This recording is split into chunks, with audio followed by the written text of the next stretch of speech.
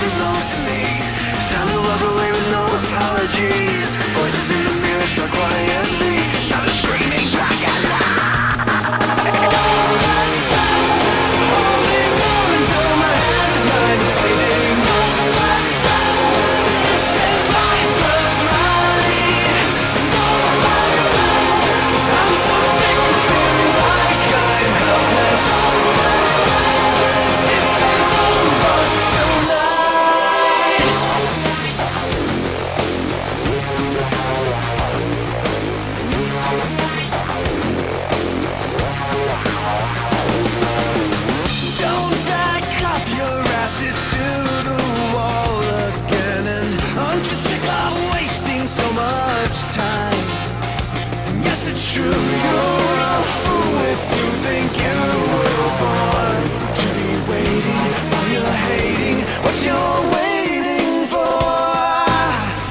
take a hold of what belongs to me. It's time to walk away with no apologies. Voices in the mirror struck quietly. Now they're screaming black and holding on until my hands are blind waiting. This is my birthright. I'm so sick of feeling like I'm helpless. This is over tonight.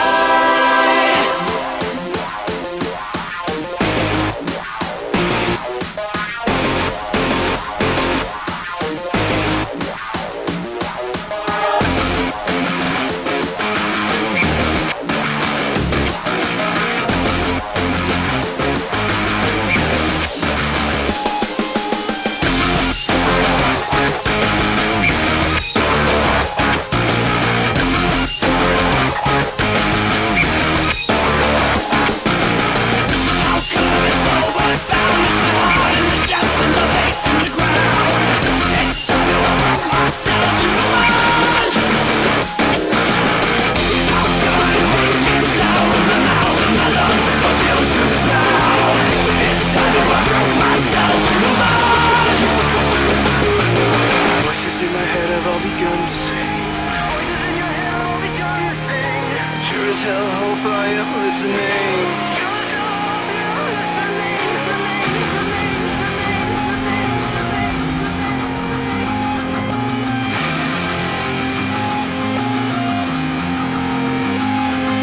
It's time to take a hold of what belongs to me.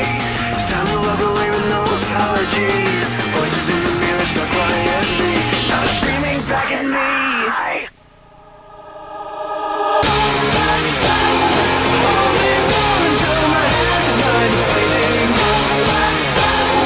This is my birthright.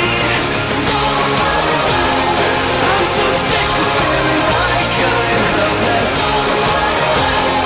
This is over tonight. Over tonight. This is over tonight.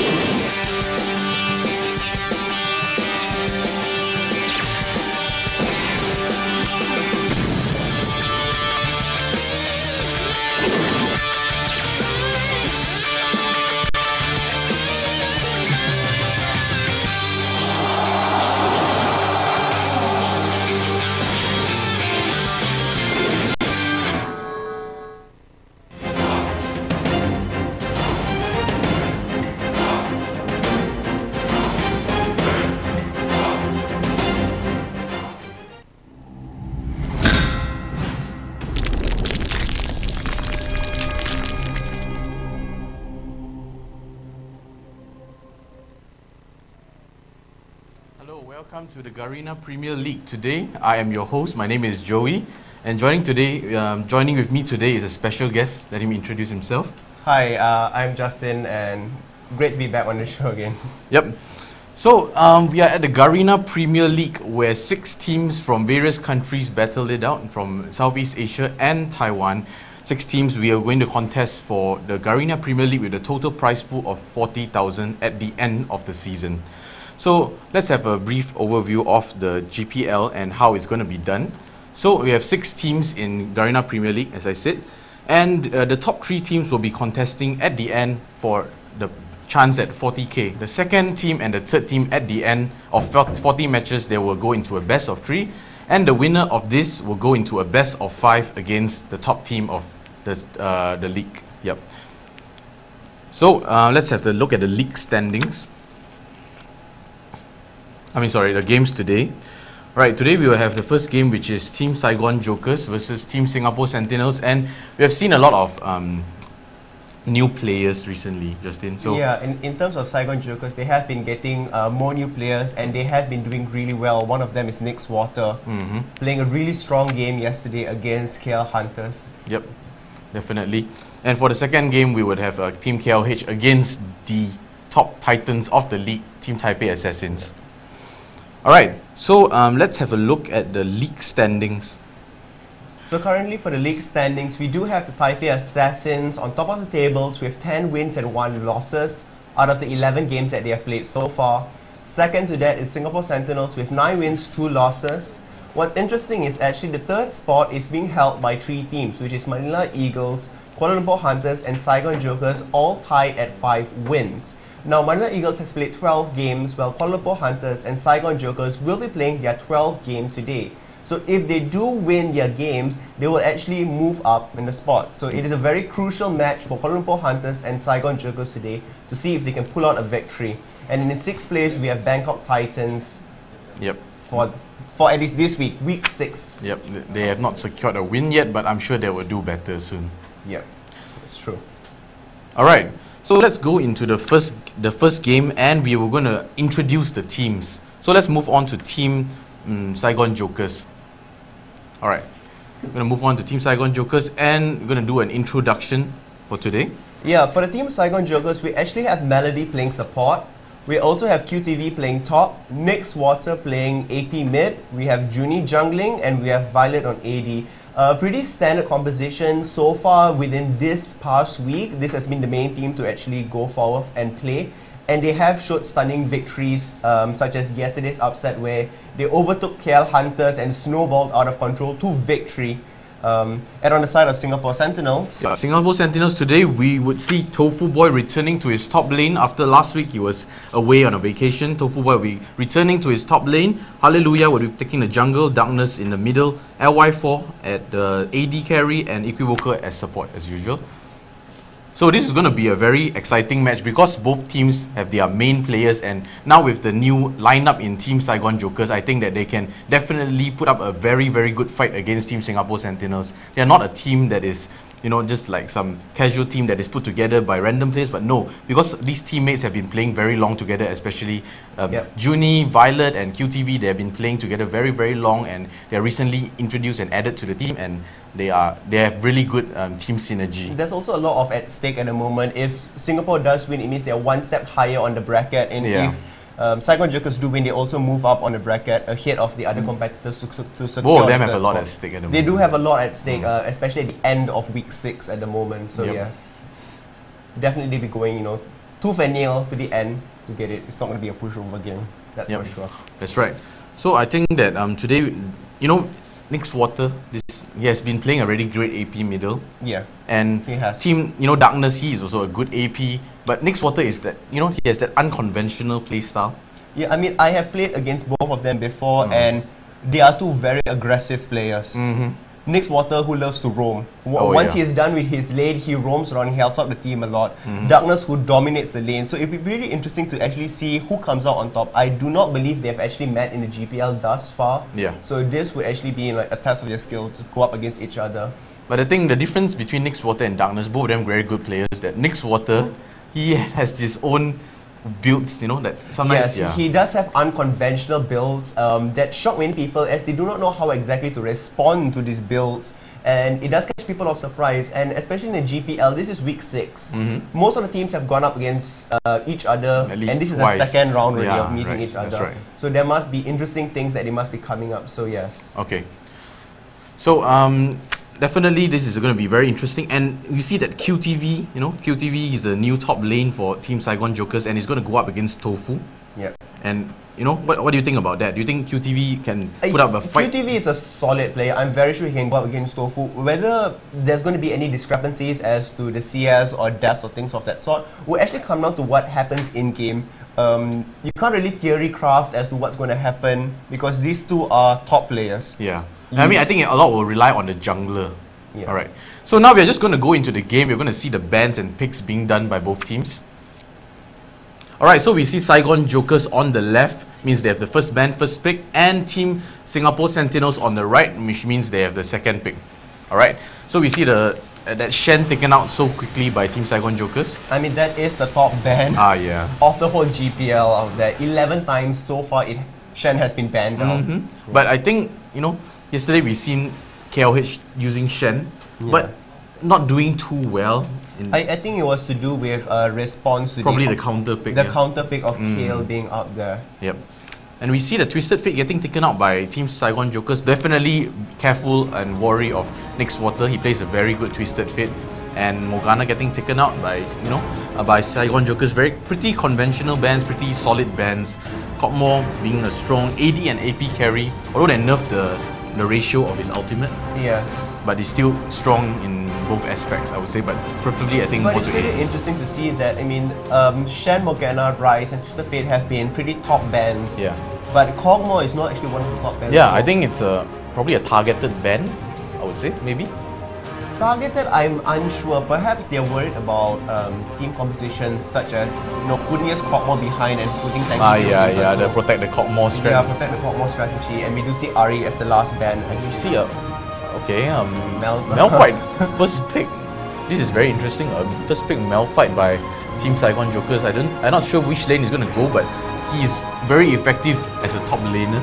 He's also very effective as a jungler. Yeah, but you know, because he's so tanky by himself, he doesn't need much damage items, and he can still put out a ton of damage. You know, so I don't know. It all depends on what sort of picks actually Singapore Sentinels go there. I mean, a champion can only be as successful as it is based on the opponents they go up against. That's right. So we see Hallelujah going to pick up that Lee Sin, and we have seen him play. Oh no, he's going to go for that Alistar. No? Oh, Hakrim? Okay, never mind, I'll just keep quiet until you respect this champion. We haven't seen many Hakrim so far in GPL. I haven't seen a Hakrim yet. We see Lee. Oh, Graves. Graves is, you know, Graves being the top, I would say the top AD pick at the moment. He is the top AD pick. Yeah. Jana being the top pick overall in the GPL for support and also for AP now. This already has been locked in. Graves. Would and we Lee see Sin. a AP Jana for Team Saigon Jokers as they did last game? No, he's going to pick up the Corki probably for bottom lane for Violet and Melody.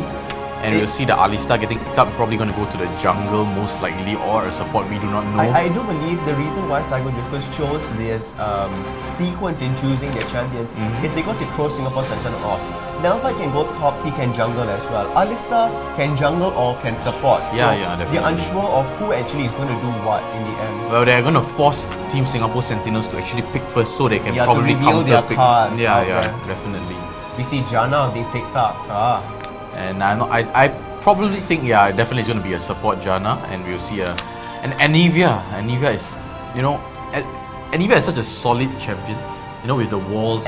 At this high level, the Aniva play is very, very strong out there. Being able to assist or decimate a team fight You know, just with that- excellent wall placement. Yeah, just one wall could just potentially cut off the fight and just make it an advantage, you know, or sometimes the wrong wall. Or sometimes a disadvantage. But in top level play, we usually see great plays by Anivia players. Of course, yes. So now we're just going to go on to Team Saigon Jokers, going to think about a counter pick. Probably going to think what is going to go against that Anivia, going to shut him down early, probably trying to get some early gangs out there. And just going to take their time to contemplate on their options.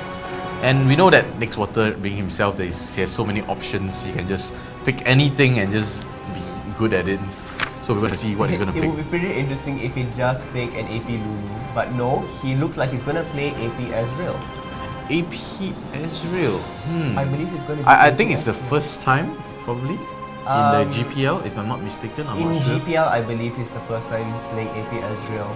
Well, let's wait until the lock-in, and we're going to see that. Looks like Nocturne jungle, Malphite Oh, top, and it's a lock-in, and actually, I have seen Nixwater play that AP Ezreal, and he was really good at it. So I think that we're going to see something really interesting, because usually you don't see AP Ezreals. You need to rely on good skill shots, you know, and you know the items that you build also is a factor. You know, sometimes you don't know what to build on it, because Ezreal is actually more to AD, but AP as well is quite strong, but we don't know how he's going to play it. It's quite interesting to see that they have a Corki which is range, they have an Ezreal which is range, they have two very solid tanks, which is like Alistar naturally and Malphite. And then we also have Nocturne coming in there with the extra CC and Fear and the global ultimate of flying across from Saigon Joker. So it looks like a very interesting play, and it's going to come down to the actual play to see how well they coordinate themselves. But on the side of Singapore Sentinels, we do see the double AP of Aniva and Vladimir being up there, which is very, very scary once they get double Bird of Ancients. I mean, I'm sure that Ezreal needs to be careful. Once he get hit by, you know, like a CC of any sort, he will just go down extremely fast. Yes. Because he probably wouldn't build tanky on an Ezreal, an AP Ezreal. Well, it is Nixwater. He is known for unconventional builds. So here we have it. We have the Nocturne in the jungle, a middle AP Ezreal. We have the Alistar on supporting that Corki, and Malphite top lane. So in the Team Singapore Sentinels, Darkness in middle with Anivia, Hallelujah jungle with Lee Sin, very solid Lee Sin. Bottom we have Equivocal LY4 with Graves Janna, and Tofu Boy with that Vladimir. Let's see what he's going to show us today. I think the main focus of today is going to be the top lane. Yes. Because they've never gone against each other before. Alright. Definitely out there. I mean, at the bottom lane we have Janna and we have Graves, which is interesting to see how, you know, they go up against Corki and Alistar. Alistar can headbutt in, and then Janna tornadoes him to disrupt along the way. It's going to be very interesting to see if Alistar can land his combinations of headbutt into pulverize. And let's have a look at the runes for this game. I want to see what runes that did. Probably Ezreal. I want to see Ezreal. Let's see what's he using. Okay, he has Mana regen per 5, ability, yeah, power and magic pen. No defense, no MR whatsoever. Like I said, Nixwater is known for a very aggressive play, and with Ezreal being able to have quite high mobility around the map. Okay, and he's going to take that 3/3 brute force, so that easier last hit thing. And he's going to take up 1 AP from that mastery as well, and the 2/2 butcher for increased damage for, I guess, for the farming. Yes, for the farming, for sure, yes. And others is just going to go on to the standard AP masteries where he's maxing out everything else, and he's going to go for that mana regen, not opt for that the longer buff mastery. This is certainly interesting. We're going to see how it works out. And I mean, he's gonna.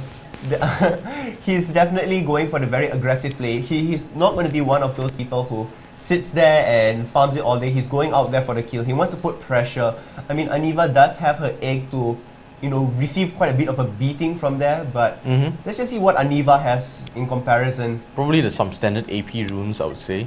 And you see that movement speed 4.5%. Well, Aniva is a really, really slow bird. Yeah, a very slow bird, but you know, with that movement speed, Queen is going to enable him to land those clutch walls much easier.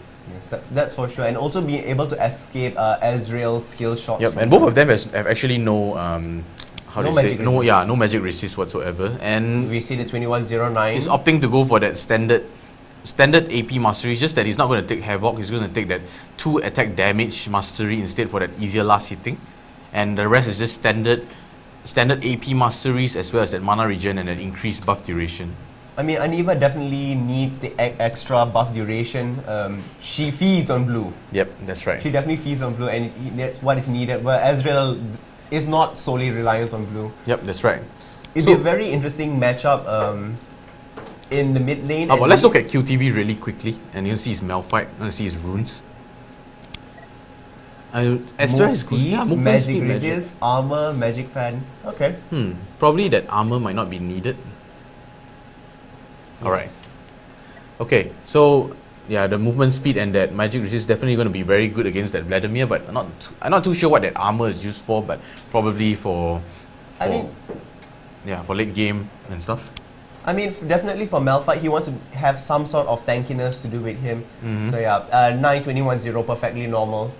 Sort of mastery setup there. Yeah, now we're gonna go. We're gonna go into the game, but let's talk a bit about how let's talk about the lineup and see what do you think about the match. You think which side has an earlier advantage? Which side had the later advantage? To me, it actually depends. As for if you're asking for the invade itself, if it's going to be an invade, I don't think so. It's going to be an invade. Solely because one team doesn't have a superior or much superior early game or level 1 sort of ability to gank from there. Obviously, we know that Alistar is the boss of invading. He just stands in front, and if he pulverizes someone out there, that's the end of it. But other than that, we don't see much of anything. We have Malphite with the slow, and we'll see the. It depends on what Janna starts with, Tornado or her shield. But overall, not that much CC. So now we're just going to go into the game. Alright, so let's have. We're going to go out to the game really quickly. We're going to see both teams heading out towards middle. Probably they're going to defend, going to guard their buffs, going to stand at respective positions.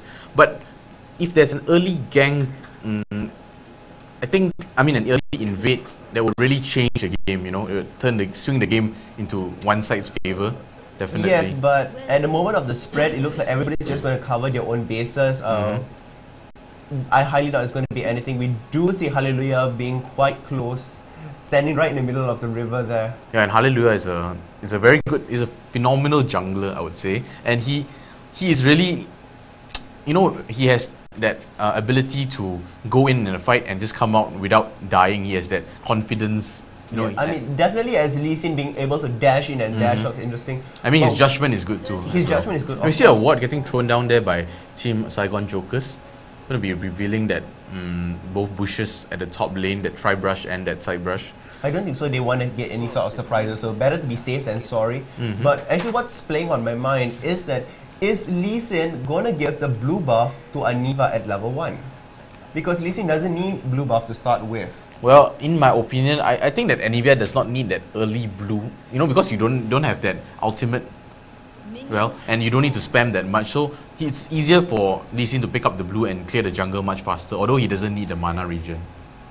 And I think that Team Saigon Jokers, they are prepared for this game, and they will probably be aiming to steal the blue of Team Singapore Sentinels because Anivia relies so much on blue. Therefore, they definitely would have come up with a strategy to definitely time the buffs really well. Yep, Team Saigon Jokers are good for, they always time the buffs and they always invade the buffs at the correct timing. We do see a lot of things going off on the side of Saigon Jokers, making sure that nobody else is coming in to steal the red buff, because Lee Sin is one of these heroes that can just throw a ward and dash to it, smiting out the red, and basically forcing Nocturne to be very, very slow. And Nocturne is actually not going to smite this red. He's going to move on to his other jungle, probably going to go on to that blue as soon as possible. Hallelujah just going on his normal route, just going to... he's going to go check his raid first, I assume. Yep, he's going to check his raid first. And now Darkness and Nixwater just farming up those creeps, nothing much going on. Well, let's have a look at top lane.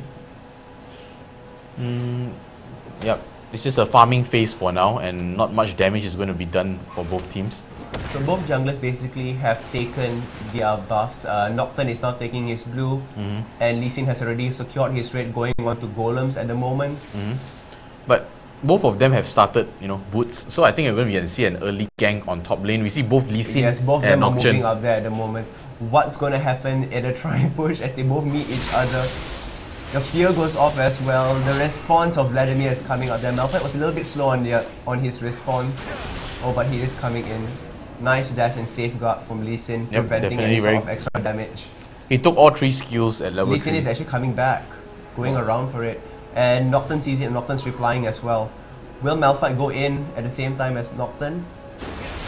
Oh, he's just going to mitigate the damage with his safeguard or Iron Will.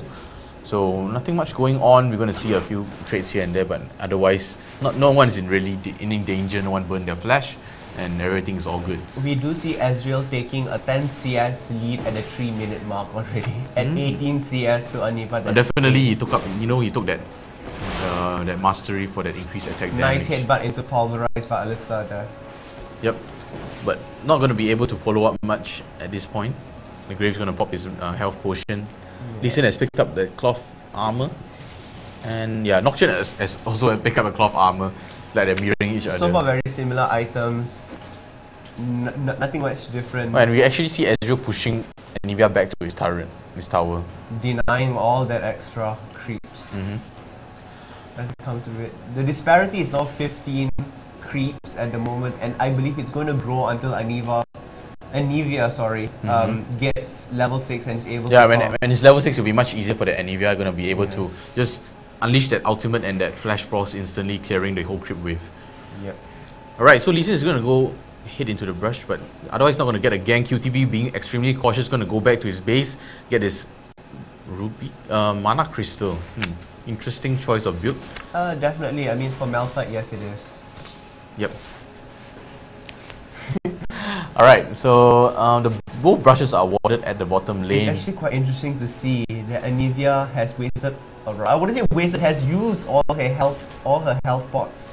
Yeah, definitely she's having a hard time against Ezreal, but Ezreal still has his mana pot. And Ezreal has actually gone back and gotten a Doran's already. And it's going to be even more potent. Yep, but you haven't seen how much damage that Ezreal is actually doing yet, but I think it should be quite significant. Yeah, significant, because you see that Anivia is unable to do much at this point. Interesting ward placement. Yeah, extremely interesting. We don't usually see the ward being placed there. There, exactly. But I think he just wants to be very, very cautious about the ganks, because he's going to be able to see all the bushes. Yes, that is true.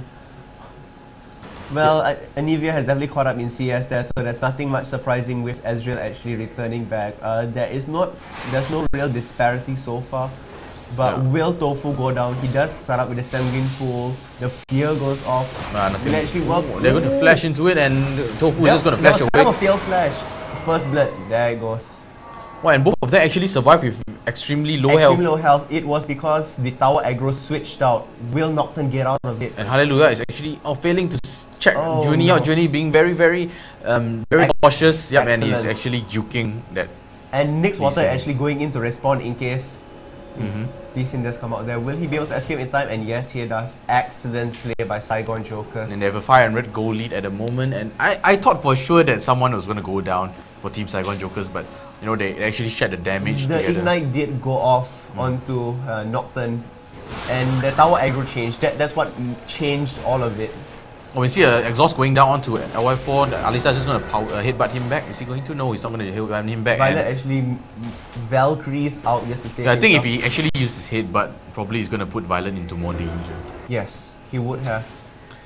Because Graves did have higher life than... Hallelujah is going to get caught here, going to take a bit of damage from those... Nothing much damage. Mystic shots right there, but nothing much. A few hits here and there won't hurt Lee Sin. Yeah, and not exactly the start that Hallelujah was hoping for. And Malphite is actually pushing Vladimir further and further into the top. No, actually, he can't do much because that shield of his, that granite shield of his, will come up after, if I'm not mistaken, 8 seconds? Was it 8 seconds? I believe it's either 8 or 6. I am unsure of the exact... rough, maybe about 8 seconds of not taking damage will have the shield up again, which is extremely annoying. Actually, it's very annoying to lane against a Malphite. Yeah, but in terms of, if you're talking about creep stats, Vladimir can even farm at lane, at tower range. Yeah, definitely. And we see he has actually a 15 CS lead over Malphite, so he's not doing too bad. With his Tides of Blood, he's able to go out there. We see an no, it's not ultimate. No, it's not ultimate. Oh, now he's level 6. He has to be very cautious. Tofu is gonna go back and gonna get his Hextech Revolver, definitely. Junie is just gonna try to get a gang off, but yeah, Tofu has went back. And Lee Sin gonna take up that red. But as far as we talked about Saigon Jokers timing the blue buff and preventing Anivia, that had not happened. Anivia does have a blue buff with her, and she will be able to farm up really well from that. But Nyx Water has actually picked up his blue as well, so both of them have their blue. It's a farm fest. Yep, it's going to be a farm fest. Definitely in favor of Anivia because it's so much easier to clear the creep wave. And Equivoker going to get head back, LY4 being cautious. It's alone now, or it's not going to hit back. Actually, it's just going to come back. Violet's actually really low on mana at the moment. If something does happen, The CS between the two AD carries are actually extremely close. 73 on Cocky, and 76 now. Yep, on to Graves. Well, we do see Nocturne picking up his Lantern already. Nothing much surprising there. It is just about approaching the 9-minute mark, which is about the normal time to get his Lantern up. Lee Sin still with Mandrake's Claw, not yet into Lantern. Rather, it's Razors, I believe it's called. Oh, Mandrake's Razors, yes. Yeah. I'm sorry about No that. worries. So I do believe once he goes back, he should be able to finish up his Lantern. And the game has been paused. Yep. We are unsure of why this is actually happening. It is always normal. Sometimes you have players with latency problems. Sometimes you have Yes, the blue connection screen. problems, yes. Yeah, sometimes random technical problems happen. So we just bear with it for a while, and we'll be back in the game really soon. So let's talk a bit about the mid game. All right. You know, seeing how it's a 1-0 lead for Team Saigon Jokers, I think that although the Team Saigon Jokers have not established that much of a lead yet, there's actually a 100-goal lead. But I mean, we'll put it this way. They had first blood, they had the extra goal from there, from the first blood, and then they had the assist goal from there. But if the goal disparity is only at 100 at the moment, it means that the farming is actually going in favor of the Singapore Sentinels. Yeah, definitely, because we can see that Graves actually managing to go up to slightly up there. And what actually is the difference is that when it goes into the mid game, it's going to be very interesting to see that they do have it. So we're actually going to go back into the game now to see the continuation of the matches. So when it goes into the transition to the middle of the game, we will see this goal lead might extend further. And that will actually spell disaster for Saigon Jokers if they are unable to catch up in the goal. Oh, and see the ulti, right? That QTV Look at that. That double ultimate being used by Nocturne, and there goes Tofu goes down again. Hallelujah going up there. Mixed Water's missing just by a bit, but Malphite does go down. Wow, and Hallelujah is showing us balls of steel. Just gonna go back in, probably gonna land a kick onto that Nocturne, but that's not gonna happen. If Mixed Water did land his ultimate there, which is the True Shot Barrage, that would have spelled disaster. Lee Sin would have gone down. Definitely, but he has only a Doran ring at the moment, and we see that Anivia and Ezreal actually have the exact same CS. Actually, now it's a few in favor of Anivia. Yeah, but both of them are actually doing really, really well. They're not going to make any mistakes early. So yeah, but now we have seen 2 kills for Nocturne and 1 kill for Singapore Sentinels on Lee Sin. Both the junglers have actually the kills. So yeah, with the junglers having the kills, it doesn't affect the laning phase as much. Solely because nobody has this immense goal lead, or they do not have superior items or severally superior items out there. Yeah, and now we're going to see a sneaky dragon being done by Team Singapore Sentinels, but they're not going to spot that ward inside. Wow. Oh, and that True Shot Barrage doing so much damage. Yes. But I think it was a little bit preemptive for him to launch out the True Shot Barrage. Violet will go down to life. And he's just going to get auto attack to death right there. Will he be able to Valkyrie out? No, he does go down. And very well done there by Team Singapore Sentinels. They're just going to prevent that, counter gank. I do believe it was a timing issue on the side of Saigon Jokers. True Shot Barrage came out too fast. Yep, definitely. And, Alista was not there in time to... But now Team Saigon Jokers is going to pick up this dragon instead. They saw that the Nocturne, not Nocturne, was it Nocturne? Yeah, the Lee Sin actually went back. So they're going to pick up this dragon, but they're not going to be doing that very easily. Does not go down. Alista going to go down, and we're going to see a team fight happening here, and the Malphite and Nocturne going to get trapped in the middle of everything. Oh, look at that clutch flash surviving him out. Well, Malphite is actually going to run away. Nice Essence Flux going out there. Anivia is very low, being able to go. Yeah. Well, the dragon did go in favor of Saigon Jokers. Yeah, actually, they actually took up the advantage from that. Oh! Will CTV go down? Mixed Water actually just gonna flux right away. Just look at that damage. A quarter of Lee Sin's life just goes down with a few hits by Nyx. Yep, but the huge crit rate is just gonna be taken down really quickly by Anivia, but he has no mana at the moment. No mana at the moment, so that's going to be a problem. Looks like many of the players will actually be going back. Yeah, that was a good catch there by Team Singapore Sentinels, but the Lee Sin had to go back, and thus Saigon Jokers secured the dragon. They did secure the dragon, but they did lose Alistair along the way there. So actually And now they the goal almost- favor is in favor of Team Singapore Sentinels. Yeah. That 100 goal lead. Well, let's have a look at Ezreal's items. He has actually a needlessly large rod as well as a sapphire crystal. So that's quite... It's going to do a lot of damage with that additional AP. And Nivea has picked up the blasting wand, going to go into that early Rod of Ages. Yeah, Alright. reducing the crisis protector will keep her in lane longer and to survive out there. Alright, now we see that Koki has picked up that BF sword, which is pretty standard, and a ruby crystal. So he's going to go for that Triforce, I believe, but why is he not completing his item first? It's quite interesting to see that Malphite went for Chalice of Harmony instead of Hex Drinker. Well, I mean, Chalice is a strong item and probably not cost as much as a Hex Drinker, and he does not rely, maybe not need to rely on that attack damage that Hex Drinker provides. But I mean, if you're looking at the transition into late game, Chalice of Harmony transitions into Athene's Unholy Grail, whereas Hex Drinker goes into... Probably Oh, he's the not gonna Mornings. Oh, get look at double the combination again. Well, Hallelujah just gonna get taken down instantly. Decimated. Yep. And Tofu is gonna flash away. Probably he's gonna be able to run. He has not used his Sanguine Pool yet. Yeah, Yep. he wants to keep it at the very last moment in case there is something going out there. Wow. But that leaves Darkness out there being able to farm and push the tower bit by bit, slowly chipping it We away. have seen a few times that combo from that Malphite and that Nocturne gonna take someone down extremely fast. That Hallelujah had no chance to respawn at all. He just got taken down With instantly. Ezreal there, you know, poking away. I wouldn't say poking, you know, bursting down with that. Yeah. The needlessly large shot will definitely make, you know... Because Mystic Shot's gonna do incurred so really well. much Yes, of damage. course. Well, Anivia is coming down. Will he be able to make Oh, and an gonna miss- amazing wall? Gonna miss that ultimate of his. The Grave's gonna miss his ultimate, and Melody's gonna pop his popping ulti. And the Oh, Janna, but they still survive. yeah, they're just gonna head back. Gonna be very cautious. And Ezreal's gonna come in, gonna do so much damage onto Oh, LY4. look. Gonna Mystic with Shot. the ignite. The ignite was bringing him down, Wow. securing the kill. For And what looked to Mixed be Water. a gank onto bottom lane by Team Singapore. Turned into Sentinel. a Actually, counter gank. Counter gank by Team Counter Saigon gank. Joker's gonna allow that Ezreal to actually snowball. And this is exactly what I was talking about. Mixed Water likes to roll. Oh yes. He does. And Darkness that- wasn't too early. Oh, he's gonna miss that Flash Frost, but gonna take so much damage. Will he go down? Yeah, that's yes. Oh, he probably not the best choice Next Water could have will. done. Being a bit too aggressive. I think the heal does go off. I think he for underestimated Violet. the damage of that Frostbite. And Violet's Yeah. gonna go taken down by Hallelujah. He's just gonna dive that tower. Not Well, Malphite is coming in. Will Malphite be able to bring down Lee Sin? or Malphite gonna The slow slow goes him. down there. Janna's tornado does go off. And Will QT Malphite continue? Nocturne is coming in really close as well. Well, I Bringing think down QTV Hallelujah is- a little bit more.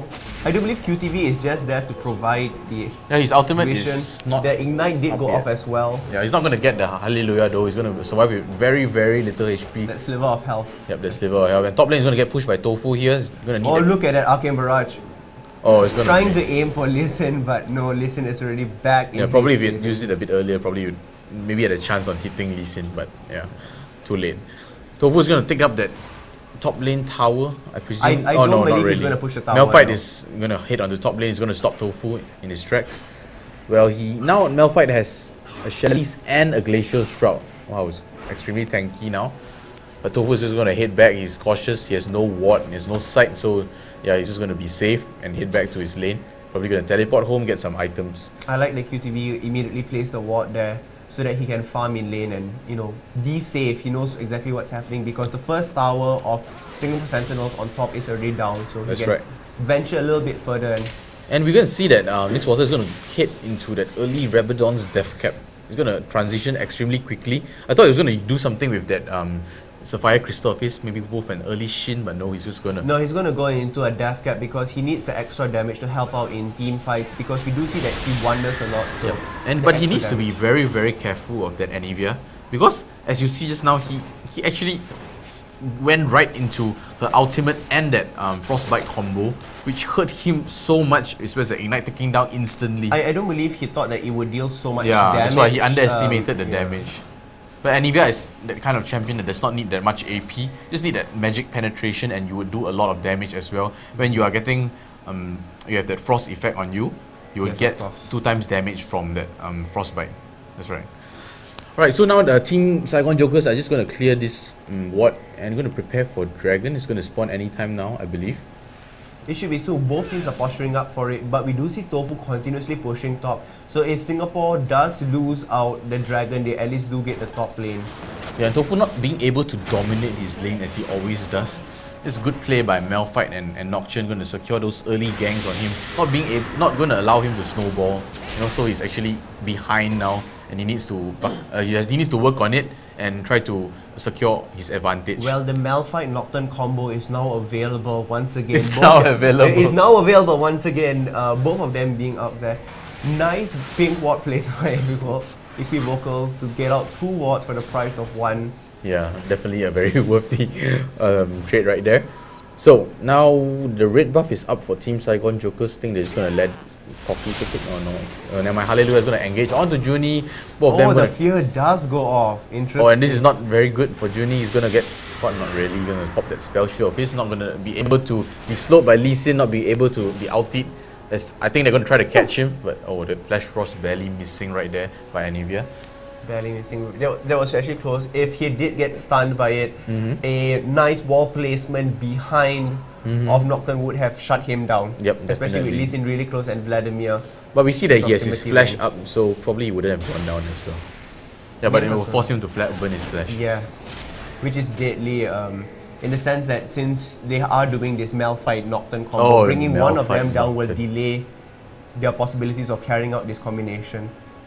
Right. So we see Malphite has still the same items for now. He's probably going to go for that early Frozen Heart and go into the Mercury Threads. And Nocturne has 2 kills, no deaths at the moment. Going to go for that. Phage, Ezreal got that. He has picked up his Rabadon's Death Cap. It's going to do a lot of damage. And Darkness has his Chalice and his Rod of Ages. Both of them actually quite fat at the moment. What's interesting to see is that Anivia has gone 50 CS ahead of Ezreal. Ezreal just cannot keep up with it as compared to before, where Anivia was actually trailing behind. Anivia has a blue, and she has that ultimate of hers to help clear that creep wave. And with the Chalice of Harmony also means that, extra mana regeneration. And the Chalice Harmony just builds into that Athene's Unholy Grail, which is just gonna mean so much more mana regeneration after you kill so much more magic resist and AP as well on there. 80 magic resist, was it? I'm not sure of the exact amount. I don't believe it's that high. Ooh, forcing the flash. Alright, Melody. Well, Melody's gonna get caught at his own tower, but it's not gonna be. They won't be able to bring Melody down. They're gonna wait for his ultimate. They are going to force the tower down. Oh, now he's dead for sure. Melody, yes. Yeah, now he's dead. Well, Cocky and Malphite coming in there will be a little bit slow. I don't think there was anything he could have done in that situation. What's going to be interesting is that the Nocturne and Malphite combo going to start up again. Yes. Both of them getting hit very nicely there. And one person flies into Graves. Ooh, ding. Junie is just going to catch LY4 right there. He's going to go down instantly. Nice fear. The fear worked really well, and forcing him to walk backwards. And this is what I'm talking about. Their synergy is good. And Malphite knew that Nocturne was not in range, but he initiated first with his ultimate and he slowed them down so that Nocturne could get a good fear and a good kill onto that Graves. So they're just going to push this bottom lane now. Yep, they're going to push this bottom lane. We also do see Tofu starting to push top once again. Oh yeah, Tofu every time that does happen. He's taking a he's like trying to be like Stanley. He's going to push out the towers. Going to join the team fight much later with those items of his and just going to decimate everyone. But now he's not actually in a very good position because he has a two deaths and 2 assists, but he has no kills. But he has picked up that large rod, and I'm not sure what item he's actually going to go for now because he has that Null Magic Mantle as well.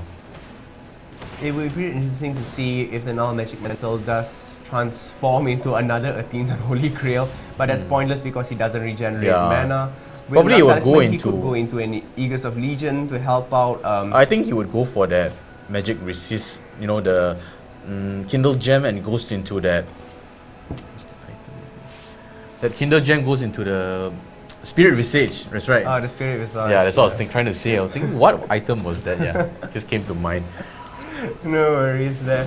Vladimir already with his needlessly large rod being extra painful. Anivia has picked up her needlessly large rod as well. The double AP composition is definitely going to be one to watch out for, especially in the team fights. But it's the same feel as what the Nocturne and the Malphite combination of the ultimates there as well, lowering people significantly. And we see that Lee Sin has picked up that Aegis of the Legion, and actually Tofu Boy has already picked up his Zonya. Actually, he's farming very, very well, and he's going to be a force to be reckoned with in late game, which is now is going to go into late game, and he's going to be able to use his ultimate and just going to be able to survive for the duration, and going to be able to do so much damage because of his passive. I do believe he's going to be more ballsy in the sense that he can go in without using his Sanguine Pool, or he could go in, use his Sanguine Pool. Wow, and you see a gang onto Junie, forcing him to use his flash straight away, but actually going to go back inside. Dive back in. Wow, and Look that Malphite. Oh, Equivocal could go down really fast. Wow, Junie just barely surviving there. But Vladimir is coming from the side. Will he be able to do any damage? Hallelujah is going down really slow as well. Nyx Water is very low. Vladimir is chasing out. And look at that! But still going to get taken down from LY4. And Violet's not going to be able to do anything. He's going to get taken down straight away. Hallelujah going down, and Alistar goes down as well. QTV is out, and he's all on his cooldowns at the moment. He won't be able to do any sort of damage until his spells do come out of cooldown, which should be momentarily. They're not giving chase, and probably are they going to hit through the Baron? No, I don't believe they will. They don't have enough resources for Baron. They will try to push out mid a little bit more. That's right, and yeah, that Nocturne there actually getting caught was, also a mistake. Dragon. Probably not the best idea to actually go back in with that amount of low health. But I do believe he should have just activated Darkness and caused fear in the other team and not flown in. Yeah, because he was actually really low at that point. He was very low. He was below a 1/4 life. Yeah, but actually managed to survive with just a sliver of health. Yeah, and the best part is he did not have his flash. He actually walked out of it. Literally, he flew out of it. Yeah, because he already burned his flash when he got caught while dewarding. And now he's going to get caught by that. Oh, look at that. Baron's going to aggro on him as well. Ow, and Junie taking so much damage. Very well played there by Darkness, knowing exactly the Baron is going to aggro onto Junie because it was out the of range. Explosion that aggroed the Baron, and Lee Sin being the closest one to Baron definitely received the aggro. The excellent wall preventing him and forcing him to walk all around. Junie needs to be really, really careful from now on. Every time he dewards, someone is going to be there waiting for him. What I do need to do is, we already do see that Junie has already starting to build his Aegis of Legion as well.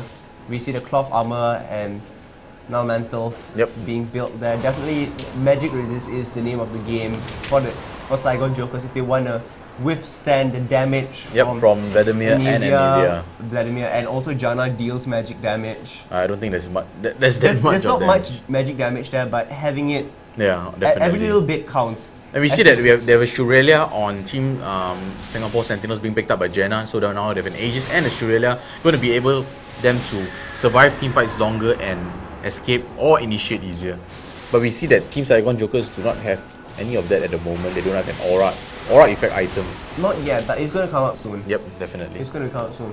Alyssa definitely already has his Heart of Gold and Philosopher's Stone. What he's going to transition that into Shurelia's for sure. The Heart of Gold, well, basically he's going to keep it towards the much later period, which is actually fine at the moment. The score is 6-9. Oh, and Hallelujah just standing in that bush, not being afraid of anything, and Tofu probably going to catch Violet. And Violet's going to pick up that blue, but Tofu's going to engage onto him. Will Valkyrie, Valkyrie out, and there's nothing much you can do. And we probably will see a counter game, right? You're going to see a Malphite ultimate coming out soon. 1, 2, 3. He actually misses. And this is not good. Not good for Team Saigon Jokers. All of them are Tofu being below. actually surviving. Yep, but Tofu is getting being chased by Melody, and it's not going to be able to be taken down. And it's a 2-for-0 trade in favor of Team It was Singapore because Sentinels. Violet already was very low on mana. He would not be able to throw out the Mega Inferno bombs. Yeah, and that missed ultimate from Malphite really spelled, it wasn't. That could have brought down Tofu. Yeah, that could have definitely brought down more than Tofu. Probably going to take down more than take down that. Maybe half of the team and force them to actually play more passively and not. Definitely, but that missed ulti was just so wrong. Nyx Water goes down immediately. Wow! Look at that burst. And the wall placement was excellent. After Ezreal had Essence Flux towards the front, and Eva threw down the wall right behind him, preventing him from going back. I already had seen, because Ezreal had used his flash before, he was forced to basically stand there and meet his And what looked like an early advantage for Team Saigon Jokers actually going in favor of Team Singapore Sentinels. They have a 12 to 7 kill lead, so they have a 5 kill lead. and they have a 5k goal, 5,000 goal advantage. as well. So things are looking good for Singapore Sentinels. They are just slowly going to build up their items, going to go into late game, and just going to be able to dish out so much damage. Well, I mean, not saying anything bad about Saigon Joker system, but they still can win it. It's still in it. If they do come out with a Baron Steal, if they come up with an ace, if they come up with a good engagement, they are definitely in it. It's still anybody's game. By no way is it like beyond a certain point of return. Nope, definitely not. It's just 5k goal, not just 5k goal, even at a 10k, a 20k goal mark, a solid team fight or a solid engage, you could actually turn the tides around and you can actually end the game. Of course, yes. And it's not actually a 5k, it's actually narrowing at the moment. Yep. So Anivia has not died yet, and she's... Well, the 8 form is definitely... She has so much damage. She has HP, she has that magic persist as well as that Zonya. So yeah, they definitely need to take down that Anivia. She's doing so much damage. It'll be very difficult. For one, she does have her 8 form, then she does have the Zonya on top of that. Anivia needs to be forced into 8 form. The team fight happens, the whole Singapore Sentinel goes down, and then they can focus Anivia out. Yep. Other than that, I don't believe Anivia would be able to be targeted. Yep, definitely they're going to protect that Anivia and that Graves. They technically don't need to protect Anivia. Yeah. Because Anivia has enough defense by herself. And she can just like how do you say, Splash Frost, and she can wall someone off, and the ultimate is going to be slowing your movement speed. Yeah, so, and if things go bad, she moves into 8 form. If things go even worse, they have Zonya, which means that her team can basically catch up to her. I don't think you can use Zonya in 8 form, can you? No, use 8 form, and when you come up, you just use Zonya again. So you extend the total amount of... I was thinking if it's possible to use Zonya in 8 form, but I don't think it's possible. I don't believe it's possible, but it'd be pretty interesting to see a golden egg on the map. Alright, so now Baron is warded, and that first Baron is going to be very crucial for both teams, as we know. Malphite is not going to take any damage from Tofu. He's going to break his Grey Knight shield. And he is actually going for that. Another, let's see, large shot, going to go for that Rabadon's Death Cap. And his Will of the Ancients is not completed yet, and now Magic Mentor is not being put to use. But I'm sure he has something in mind. It's interesting to see Malphite picking up a Negatron's Cloak. Will that go into an Abyssal Scepter? Probably an Abyssal Scepter or a Force of Nature. Or Banshees as well, we do not know. But I think that Abyssal Scepter would be a wise choice at this time. It's very interesting that he has a Glacial Shroud, he doesn't finish it into a Frozen Heart. He has a Chalice of Harmony, and now he's getting Negatron's Cloak. Yep, and not going to hit anyone with that Resonating Strike. I'm just going to plant a ward there for Team Saigon Jokers, and they're just going to... might get caught off guard now. Well, Hallelujah actually being very aggressive, he's going to miss his Tempest. And actually, what's he doing? He's going to bait. I believe he's baiting. Yeah, he's actually baiting. Baiting because everybody's focused on that. Anivia, once he places a nice, wall, he can actually cut the entire team off. Oh, of course, yes. And with the team so spread like this, if anybody dives up now slightly to where Singapore is, and even throws on a wall and blocks that off, that was spell used. Well, and this is going to wait for a proper engage. Maybe we're going to wait for that Flash Frost from Anivia. It's going to be very interesting to see. Oh, look at that. Zonya already does go off. Timo Play does go off as well. Melody is going to, not going to go down yet, but actually very, very low. Hallelujah is going to get taken down, but going to flash away instead. KTB going to get taken down by Graves, and Juni definitely go down as well. Yep. And this is a 4-for-nothing kill. Oh my god, and Violet is the only one that's left. Violet Valkyries into the tower, and that's an ace. Ouch, and very well played there by Team Singapore Sentinels. They were focusing Anivia. Anivia popped his Zonya straight away, and everything there, they were just too squishy. The Graves and that Lee Sin just gonna end it. Hemoplague there by Tofu Boy. The Hemoplague didn't touch many of them, but what was interesting is that they targeted the very key players, meaning they brought down Ezreal to a very low life where he was forced to move out. Alistar was also brought to a very low life where he could not come in and help. Malphite could basically do nothing once his spell rotation was done. And this is going to be a free Baron for Team Singapore Sentinels. Going to extend their goal lead even further and going to give them the Baron buff, which is so strong in mid-game to late game, and being the first Baron buff that they take, this is going to be very, very effective. It's already a 10 kill goal disparity at the moment. I do believe that Singapore Sentinels will be priming up now to hit towards the middle after they heal up a bit to basically try to push and end the game. Yep, definitely. They definitely do have Team Saigon Jokers, you know, not being able to utilize that Ezreal to his maximum potential, I would say, because he is really, really squishy, and the thing about his mystic shot is he can only hit the front target. Well, not only about that, Ezreal is a champion that relies a lot on positioning, and so far yes. he has been in the middle of the fight, and not at a side where his Arcane Barrage can hit everyone. So he basically hits one or two targets or skims the side of them, which doesn't deal all that significant damage as needed. But as well, Team Singapore Sentinels is not allowing him, to do the maximum damage output from that, because they definitely know how to position themselves, and definitely they did a good job. They won 2 team fights already, and now that we have to see Team Saigon Jokers what they can do about it, how they can get back into this game. Definitely the game is not over for them yet, but they have a hill to climb at the moment. Very interesting to see that Grace picks up the Quicksilver Sash, not wanting to get caught whatsoever by the Pulverize. Yeah, the Pulverize combo is just gonna... Yeah, the Pulverize combo is just gonna be very, very deadly. Grace is gonna get... Oh, Violet getting caught off slightly there. Yep, nothing much gonna happen right here, and like I said, they're posturing up to go. Yeah, and Vladimir is just gonna go top and clear that creep wave. Probably gonna try to go for a split push. Yeah, a split push would be wise. With Anivia. Well, bottom lane creeps are actually pushing on to Team Saigon Jokers at the moment, so they actually have to defend it. Graves at the bottom and Vladimir at the top. They're just being really, really safe. Not really safe, but they're utilizing their Baron buff to its maximum potential. I actually call it the 1-2 push, where you push bottom and then you switch to the second person and the person pushes top. When they respawn top, Grace continues pushing bottom, and you force a team to respawn by splitting themselves up. And when they split themselves up and you have Baron buff, you're able to decimate them. Oh, you see, Junie's gonna get caught by that wall. Look at that. Oh, Junie's gonna take so much damage. He's probably gonna go Tofu down. may go down. Junie looks like he will survive out there, but Violet does go down very easily to Lee Sin. Nyx Water dancing around and getting kicked in the face there. Nyx Water gonna... And he goes down with a double kill. Oh, this is not good for Team Saigon Jokers. They are once again losing a team fight. They're not able to take anyone down. This means that the inhibitor will go down. Definitely. We might see the game being ended right here by Team Singapore Sentinels. They can do it. The timer is still quite long for Malphite and 30 seconds Ezreal. definitely is more than enough. More than enough, and it depends whether they actually want to do it or will they actually take out the bottom They will tower. definitely do it.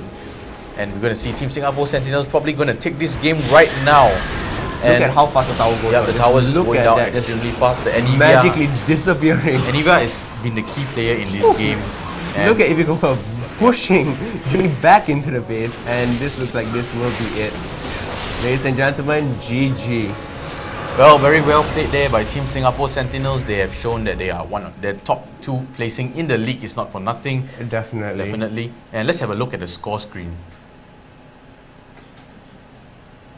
The interesting part of the whole game was that Anivia did manage to control Ezreal, meaning that if Ezreal had to leave... Alright, so now we're going to go into the score screen. Yeah. Alright, sorry. No worries. Yep, Melody not doing too well in this game. He's been, focused really, really quickly, even though it has ultimate. Nyx Water, as usual, his positioning wasn't that good. He couldn't utilize his maximum potential. And QTV, Junie, and Koki as well not being... They don't have the aura items, they do not have that Aegis. They don't have a frozen heart, Oh, they have the Aegis, I'm sorry. Junie has the Aegis. The Aegis came out a bit late, but I think generally the magic resist of the team was very individually based as compared to on the Singapore Sentinel side. The Aegis came out really early, which meant that everybody had extra magic resist. And we see that Jenna had that Locket and that Shurelia, that's why they definitely came for, well, not only the 2 kills, but the 15 assists. Now we see that Melody did not have that, only had 2 assists overall, which actually leads to the very low goal income of only 6.4k. I mean, that happens when you're losing team fights and you're not getting assists along the way. Yep, definitely. The Tofu, he was losing early, but he just kept the pressure on the top lane, kept farming, and farming was the key. Yep, definitely farming was the key out there. Because Malphite kept going to assist. Yep. So now we're going to... Our next match in this will be Team Kuala Lumpur Hunters against Taipei Assassins, and that will be a very interesting game. As we all know, we've seen Taipei Assassins completely decimate Bangkok Titans yesterday, and now we're going to go into that commercial break, and we will see you really, really soon. See you then. Hot topic, Charlie.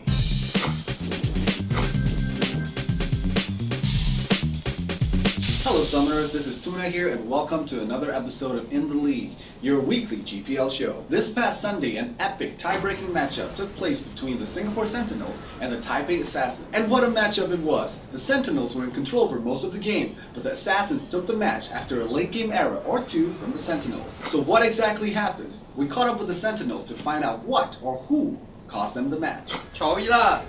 It was all Chowy. Chowy!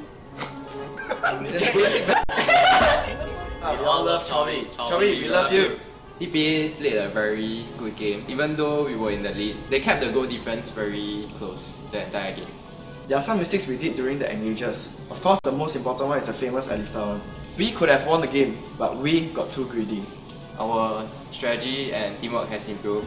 Even without Tofu on the top and Lim Yang in AD, we played really well against TPA, probably the best team in the world. It won't be the same next time. We will definitely learn from our mistakes and improve as a team. In the next epic battle, we will definitely win. TPA going down, we gonna win! And there you have it, straight from the Sentinels. So, have you guys seen the match? If you haven't seen it yet, you can catch it right here. Did Chowy carry? Or was he the reason the Sentinels lost? Let us know in the comments below. Speaking of comments, we were down at the first anniversary event of LOL here in Singapore, and we asked the public about the Sentinels. I'm here at Brunei for the LOL SG's first anniversary party, and the action's taking place on stage right now.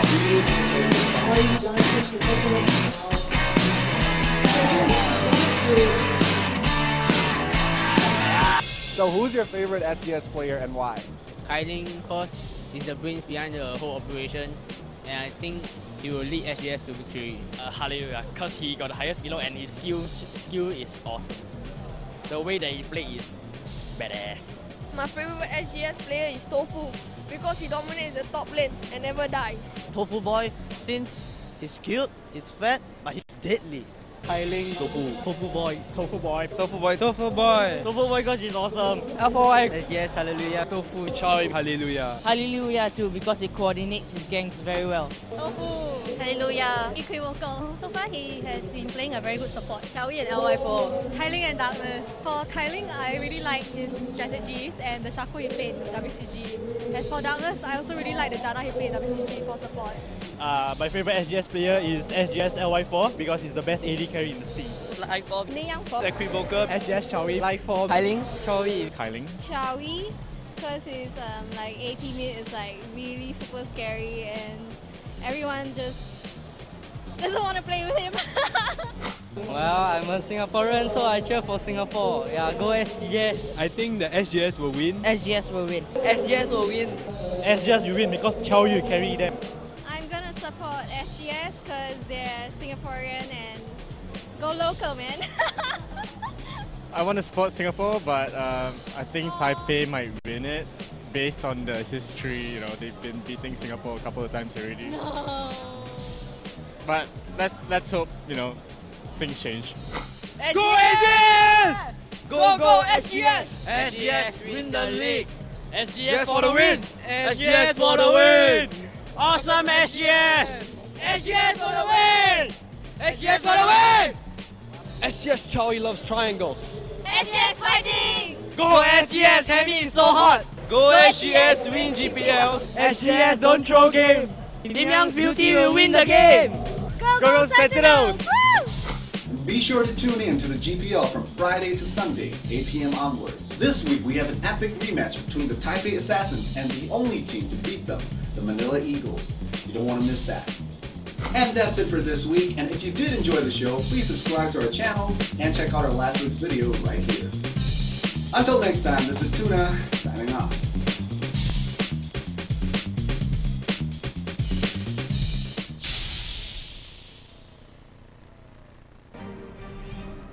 Hey guys, this is James Rahman with this week's IGN Pro League Top 5 plays. Let's jump right in at number 5.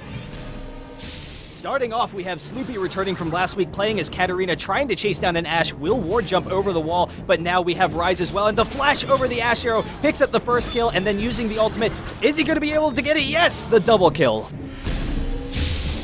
Number 4, we have Danny Boy Azarelia, and Amumu comes in with the bandage toss, but he is directing his Transcendent Blades at the minions to maximize that HP regen, dodging around the tower, the flash, and then the Transcendent Blades, and now Blade Surge back onto Amumu for the kill.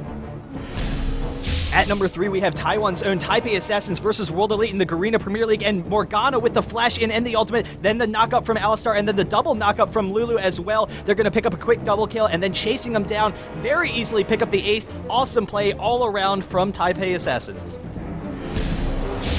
At number 2 from DreamHack in Sweden, we have CLG EU versus Moscow 5, now with the call, Joe Miller and D-Man. The Baron was down to about 8,000 hit points. CLG going to have to peel up for this one. Shirelli is rubbing up. That goes Darian, absolutely destroyed. Genja now is the target as well. They're going to dive him towards Genja. Then the kick comes out on towards Genja. Headbutt, sorry, pulverized. Alex is now the target. That is wicked, picking up another kill. I cannot believe this is actually happening in front of me. Diamond Pro trying to get away from this one. Yellow Pete's just going to jump on his face any minute now. There we go, the shutdown comes in, the ace comes out from CLG. This is insane! And CLG pull off the biggest comeback that we've ever seen in League of Legends at this level. And with our top play for the week, we have Taipei Assassins versus Singapore Sentinels in the Garena Premier League, and Little Balls coming in with the headbutt. Pulverize will be able to pick up a kill. Unfortunately, his team is losing extremely quickly. We have Anivia going down, and now Mundo, Malphite, and Corki are chasing Cassiopeia. They will be able to pick up this kill pretty easily, but Alistar coming in, picks up the kill onto Mundo, and then headbutting Corki back underneath the tower. He does have the Guardian Angel, though, that is going to proc, so he is going to be okay, and Little Balls is not looking good, gets the knockup, and then the Valkyrie, the headbutt away. He's going to be able to survive from the Corki just for a little bit longer, and Corki tanking the turret will go down. Little Balls has done the unthinkable. His team was about to lose. They were going to lose to the push, but then coming back after the Malphite, he's trying to get out of there, gets the knockup, will go down. Awesome play all around from Taipei Assassins.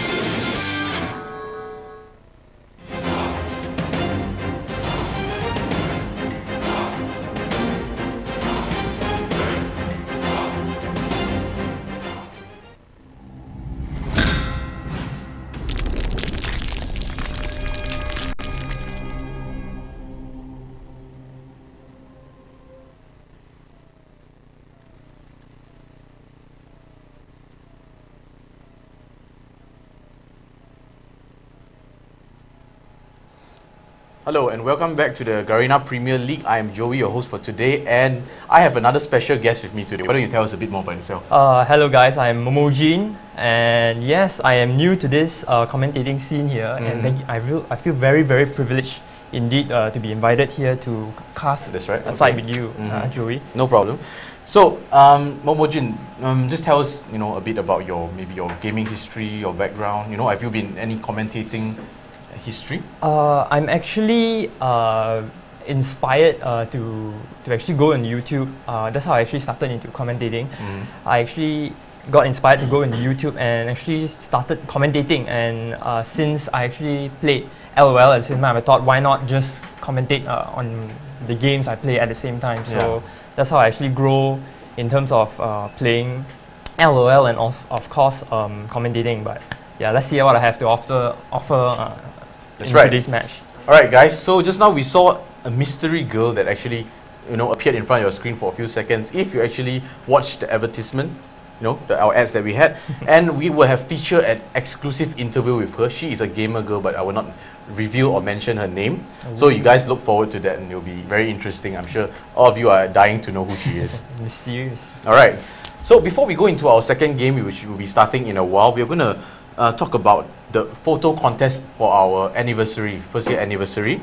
So if you have any of that, if you have any submissions, like some pictures or some art, fan art, or everything, you can just send it to us. But the deadline is actually today. So guys, you better submit it before 12 AM today. Today's the deadline, and we're going to see what you can, you can win. You can win up to 3,200 Garena shells. So that's actually a very big prize pool, and just no harm to send in what you have. All right. Okay. So today we're going to introduce a bit about our first year anniversary party. Yesterday we had our first year anniversary party, Central Region at ftzasia.net at Subang Jaya, and I'm sure many of you have went to that party. I'm sure you all had a great time. The turnout was overwhelming. It's not what we expected. There were so many people, and even I couldn't walk properly. There are so many activities, and I'm sure everyone had a great time. There was a lucky draw, and as well as many events. All right. So we're going to introduce the party that is coming up for next week. Next week we're going to have a party at A Station at Kampa for the North Region, and I'm sure all of you summoners living near there would be very excited about it. We're going to offer the same prizes that we have. We're going to offer some same razor gears up for grabs. So make sure keep your Saturday free for next week. We'll have it on the 30th of June. So we're going to have that same events that we had, like Beat the GM, Death Shots, and many others. All right. So we're going to go into the second game. So let's have an introduction for both teams. We're going to see Team KLH against Team Taipei Assassins. Okay. All right. So today we're going to introduce the KLH first. And yeah. So we have on KLH we have Golden, Epions, Hagane, Jaeyoung, and Monkey. Yep, and this is a pretty standard lineup with Goldens on AP, Epions in jungle, Hagane support Jaeyoung AD, and Monkeys on the top lane. As for Taipei Assassins, we will have Mystic, Bebe, Stanley, Lil Balls, and Toys, all five of them ready to go. They've been showing us tremendously strong performances so far. So we're going to give a brief overview on their roles. Stanley is top laner. He's extremely famous. He's one of the best top laners I've ever seen. Okay. Lil Boss will be in the jungle with a solid Alistar play. Mystic will be supporting Baby. Baby is also a very solid player. And Toys, TPA Toys at the middle lane. All of them are really good at their roles, and we are going to see a very exciting fight today. We're going to try to hope for an upset from KL Hunters. Oh yes, I'm definitely looking forward to that. Because I'm not very into the pro league gaming scene, and Yes. to be able to witness such high level action and gameplay, I'm excited. Yes, definitely. I'm always excited as well. So every week we're going to look forward to these exciting matches. We have 3 days a week. All right. So we're going to talk a bit about the rivalry we had between these both teams. I think they've met each other twice. Okay, and both times TPA has actually won those games. Oh. So I'm sure KLH is eager for revenge, and we will see how it goes on. So now we're just going to head into the character selection. We're going to go into that banning pick, and we're going to see some interesting bans and picks, I'm sure, as of every day we see. And we're going to see KLH on the blue team, on the left side, first pick, first ban, and TPA on the purple side. Yep, we're going to get the second pick. Taipei Assassins on the purple team. And as you can see, the first ban is on Morgana, I believe. Yep. And second ban, Shen. As we've seen earlier as well, the match before this, Morgana and Shen were banned as well. Morgana and Shen are just those high priority bans. Wow, okay. Probably they're really solid, because Shen, he has that global presence. Morgana has that AoE, and she has that black shield that really turns the tide of a team, the team fight. The and Ari is also frequently banned, although not as much banned as the top bans, but she's also quite high up there. Yes. Yeah, because Ari, she has that burst. And also very mobile, I can see, especially when you play well. The ability to be able to deal damage and move around with the ulti. And yes, not caught off position because you can move 3 times, I believe. Not to mention her farming ability, with with that orb of deception of hers, is going to able that to create true wave. damage is late game is. And they're going to actually TPA going to take out that Twisted Fate. This is interesting because I don't see Golden playing that much Twisted Fate, but probably they have been. They know that he actually plays quite a good Twisted Fate, but we haven't been seeing him playing that much. Okay. Well, this is a safe ban, and Rise going to get taken out from KLH. Also, pretty solid. Rise has been banned pretty often nowadays since the patch, is it? Yeah, I mean, it wasn't actually a buff, but you know, he gets that movement speed from his ultimate, and that's really annoying. You're just going to be able to build tanky as you always do on Rise, and you're going to do so much damage. And to be able to catch up, that's what made him so much more potent. Yeah, if you get that movement speed, you know, that Runes, masteries and runes, you're going to be so mobile. And Mundo is going to get taken out there, going to ban by TPA, and they have said before, Team Taipei Assassins, if they do not pick up Mundo, they will ban it. I don't know why, but that is apparently their strategy. Maybe, And we are going to see that Alistar probably going to be a jungler, I would say, because I know Team KLH quite well, and I think that this Alistar is probably going to be a jungler, not a support, but we'll see how it goes. Yes. And you're going to see an Urgot Tarek, and that's not a fun name. Wow. Is it that bad? I mean, as in Urgot's going to go bottom lane. Well, because Urgot is the kind of carry that will definitely harass, you know, constantly. Yes. And you're going to zone the opponent AD, so you definitely have an advantage over him. Okay. So I think, you know, Urgot definitely a very strong AD carry. He can go with Soraka, he can go with Tarek. You know, he can even go with Jenna, but you know, Tarek is just going to be able to allow Urgot to land that canister. The canister of his, and you'll be able to lock on his acid hunters. Oh man, that would be and that early brutalizer, that's going to hurt a lot. Yeah. Well, and we're going to see that. We're going to see a Nunu Vayne here. Not too sure whether that would be the best choice. Nunu is a strong support, right? Yeah. But Vayne, she lacks that early game. She cannot really trade early game with other AD carries, maybe. Because of her range, right? Yeah, but once she farms up to late game, she's a force to be reckoned with. Her true damage is just tears her through the arm, everything. It tears everything apart. Yeah, you can just go Phantom Dancers and you'll be able to do a lot of damage as well.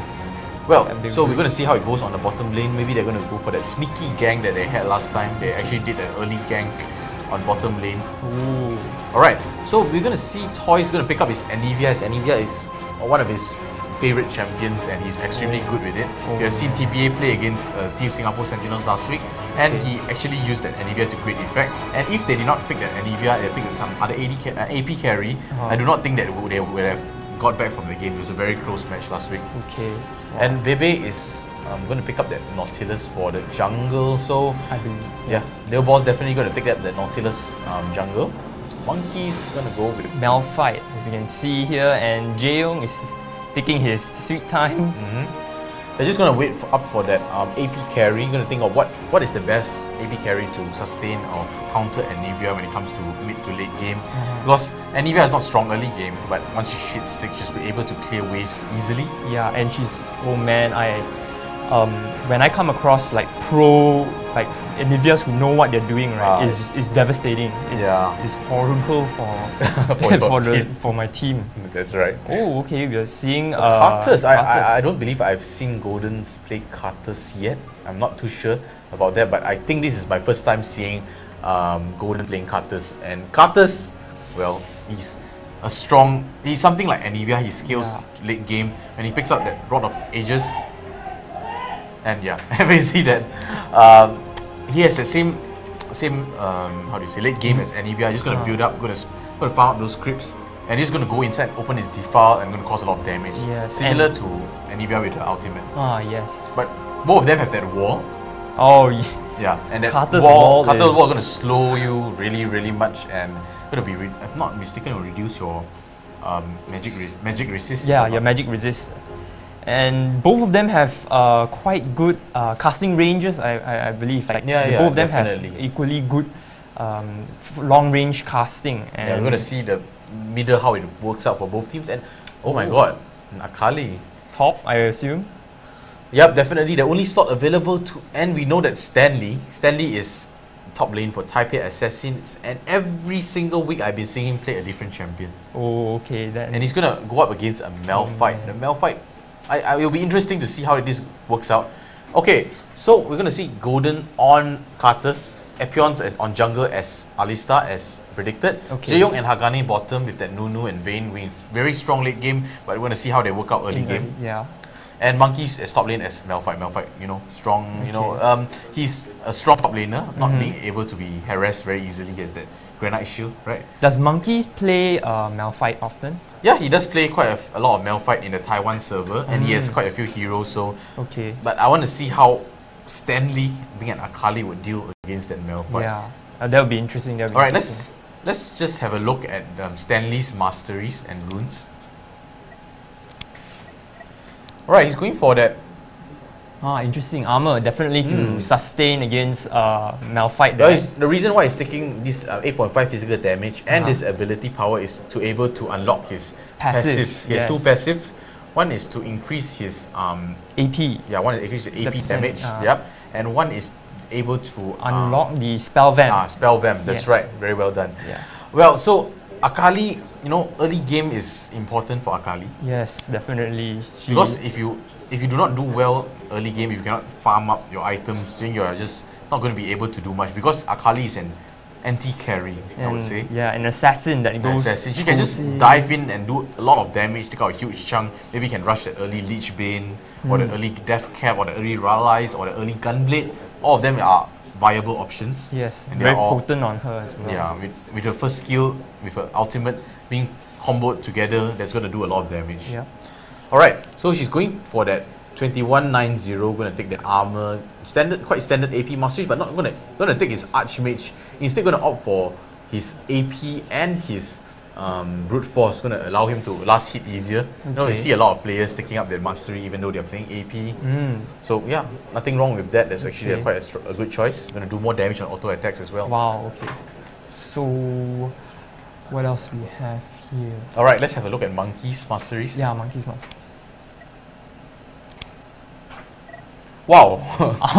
Oh man. This is interesting. We see a lot of magic resist. How is Akali going to fare against him now? Oh, he's not going to opt for any armor or magic penetration. Usually you take magic penetration on Malphite, but we see he's just going to go full force for the armor and magic resist, nothing else. Let's have a look at his masteries. And he's going for that magic penetration. Yeah, and it's going to be so tanky. Oh my goodness. This is going to be very interesting to see how it turns out. Yeah, definitely. I would love to see how Akali tries not to get zoned out by Malphite, while Malphite tries to dominate that lane. And Malphite definitely, I think, has that superior early game. Let's have a look at Golden. Interested to see what he might run. No, the runes. Probably going to go for the standard AP. Golden's a very consistent player. Yeah.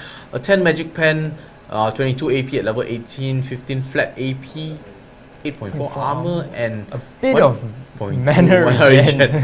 It's a bit, just a bit of mana regen. I think it's very interesting. And let's have a look at his masteries. Probably the same standard AP masteries and 9 to utility. All right. So now we're going to see the lineup and going to say how would you give the game to? Who do you think has the better late game? Okay. I'm not too sure, but.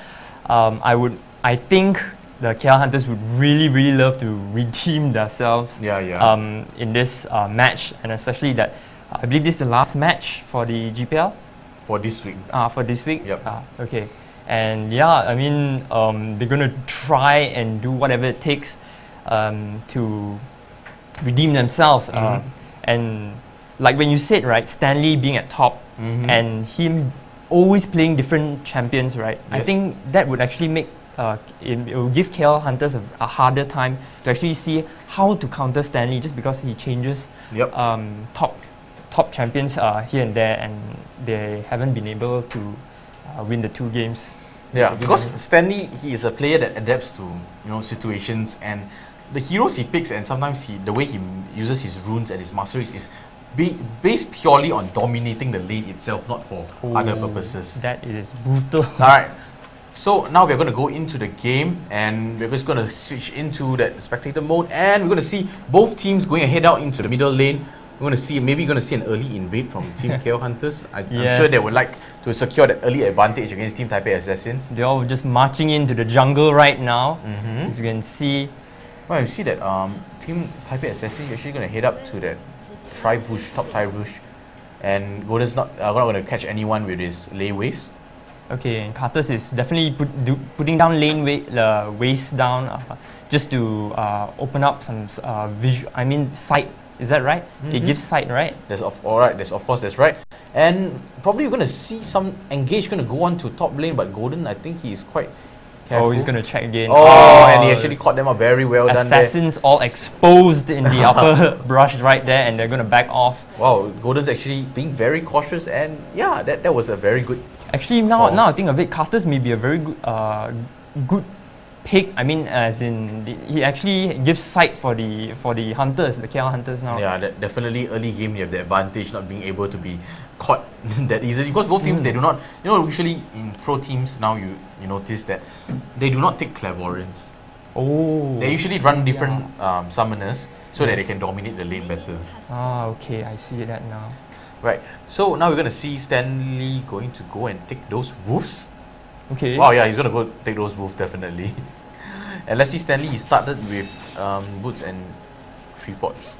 Is there a reason why he's taking wolves? Well, the reason why you take those early wolves, right, actually to get that early lane experience and dominance.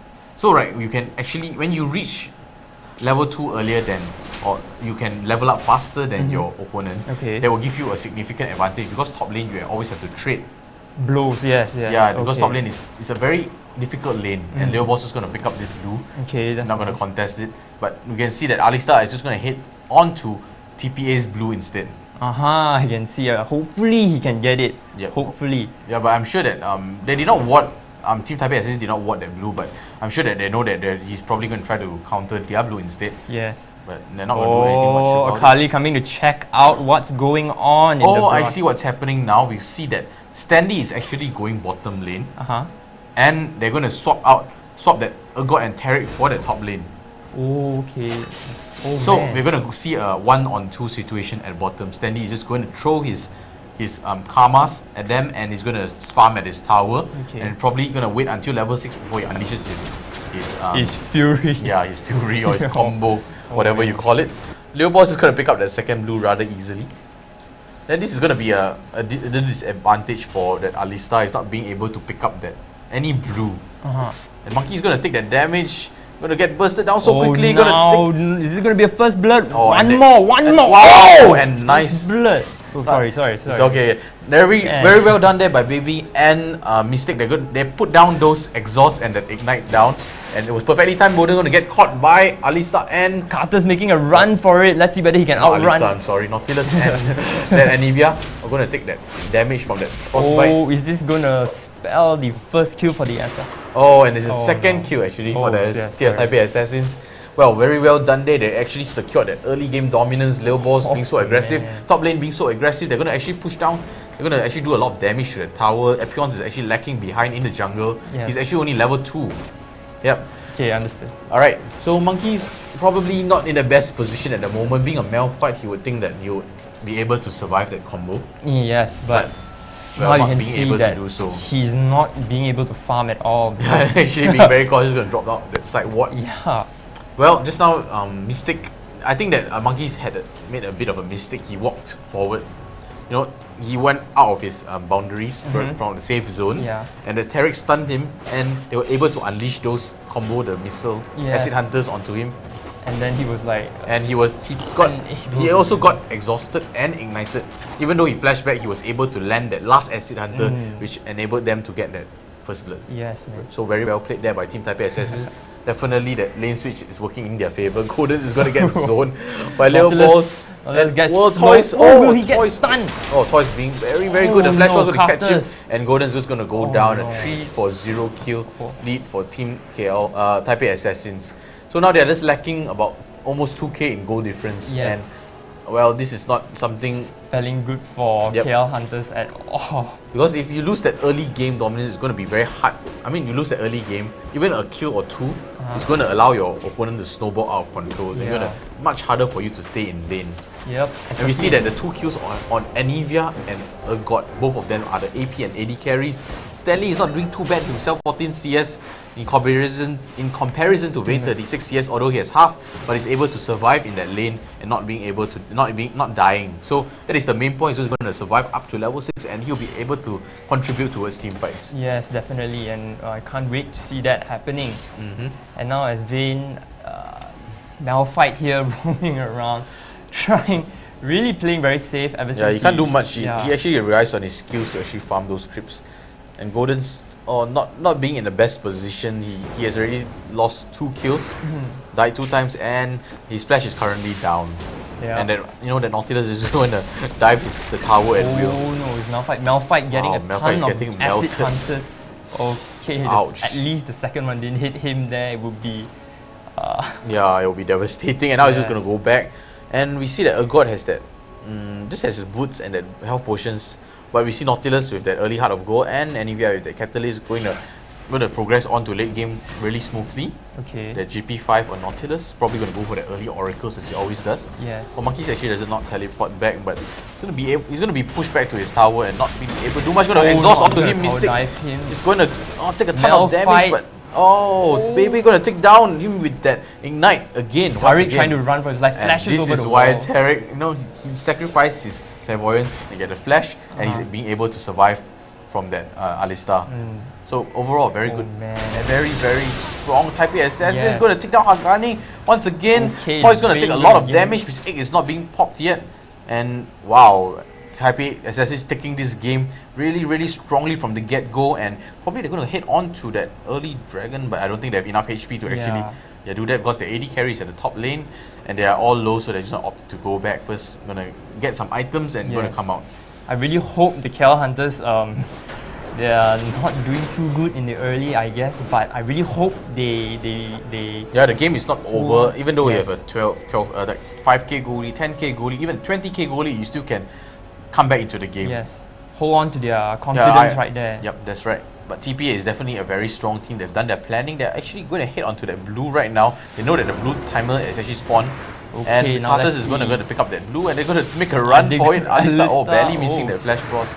And yeah, they're going to get out unharmed. Okay, and the TPA leaves a ward there. Yep, they left the ward there. Alright. You see that Akali has actually gone for a very strange build. He's going to go for that early Doran shield and that lucky pick of his. So that GP5 is just going to allow him to get more gold while being, in lane. You can't do much against Nunu and a Vayne. Yeah, definitely. But I can see he's actually the bottom lane. The bottom lane Akali is doing fairly well in terms of defending the tower and farming out creeps, just because Akali doesn't rely on mana, and so she just throws the marks just to farm. Yeah, she marks as well as that. It's going to get. Malphite is going to get caught by a mistake, going to get stunned. And Abiel is coming in right now, but they do not realize that the Nautilus is coming in. Mistake is going to go onto it and going to get swapped there. Abiel is going to get swapped there right by that God, and going to unleash a lot of damage onto Abiel. Abiel is going to take tons of damage. He's going to go down for sure on a killing spree, and Monkey is going to flash away, going to be safe. But Cartus, look at the HP of Leo Boss. Barely manages to. Yep. Right. So very well done there by Team Type A Assassins, and what looked to be a gang for Team KL Hunters resulted in a counter gang for Type A Assassins.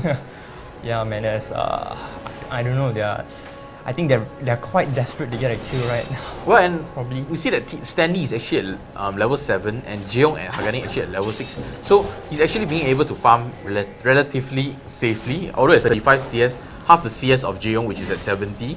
But now that TPA is, I think they're going to they're not going to take down this top tower. They're going to opt to farm it up as much as possible. They're going to leave the top tower up. And yeah, both of them just going to freeze the lane, not pushing the tower. And that's going to be a problem for Team KL Hunters. Leo Boss is going to be very sneaky here. I'm going to gang on the bottom lane. Stanley going to go on to Jaeyoung. Going to take a lot of damage from that Karma. Going to do Gonna flash away right now. Lil Ball's gonna miss that anchor, and Stanley just almost. Yeah, very close right almost there. gets taken down.